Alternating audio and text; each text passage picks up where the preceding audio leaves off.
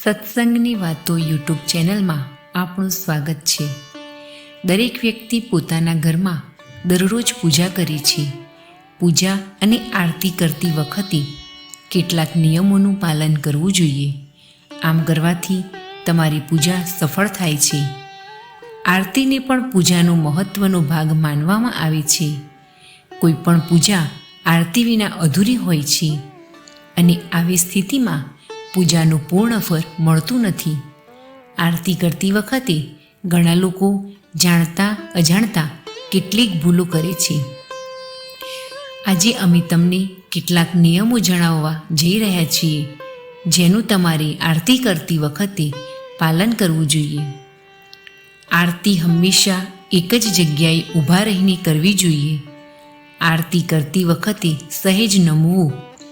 આરતી કરતી વખતે ભગવાનના ચરણોમાં 4 વાર, નાભી તરફ 2 વાર, મુખ તરફ 1 વાર અને શરીરના તમામ અંગો તરફ 7 વાર ફરવું જોઈએ.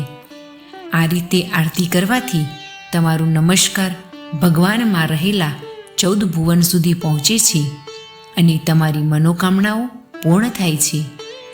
આરતીની થાળી માટે તાંબા, પિત્તળ કે ચાંદીની ધાતુ સારી માનવામાં આવે છે. આરતી કરતાં પહેલાં આરતીની થાળીમાં ગંગાજળ, કુમકુમ, ચોખા, ચંદન, ફૂલો અને ફળો અથવા મીઠાઈઓ જેવી બધી જરૂરી વસ્તુઓ રાખો. આરતી કરતી વખતે માત્ર પિત્તળ કે ચાંદીના દીવાઓનો ઉપયોગ કરવો શુભ છે.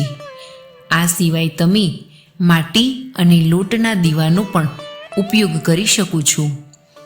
સ્કંદ પુરાણમાં કહેવાયું છે કે પૂજામાં ગાયના દૂધમાંથી બનેલા ઘીનો ઉપયોગ કરવો જોઈએ.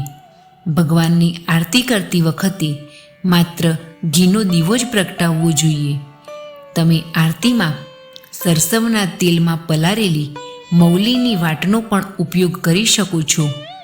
ભગવાનની આરતી કપૂરથી પણ કરી શકાય છે. આ રીતે નકારાત્મક ઉર્જા ઘરમાં પ્રવેશતી નથી. જો તમને આ વિડીયો પસંદ આવ્યો હોય તો પછી તેને શેર કરવાનું ભૂલશો નહીં.